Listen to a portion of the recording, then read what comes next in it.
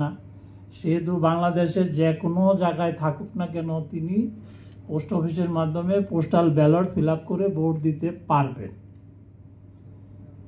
কিন্তু এটা হচ্ছে না, আমরা করছি না। মানে ভোটের বিষয়ে এই ক্ষেত্রে আমরা খুব সিরিয়াস না। তো প্রবাসীর ক্ষেত্রে তো আরো কঠিন। তা আপনি কার কাছে যাবেন, কিভাবে এই পোস্টাল ব্যালট ফিল আপ করবেন, এটা ফিল আপ করার পরে এটা কোথায় যাবে, এগুলো নিয়ে আমাদের সন্দেহ।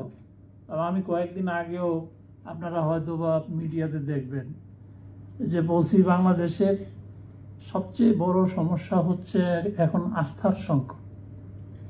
এবং আমি সোজাসাপটাভাবে বলে থাকি আর কি, আমি যে সবার কাছে খুব আস্থার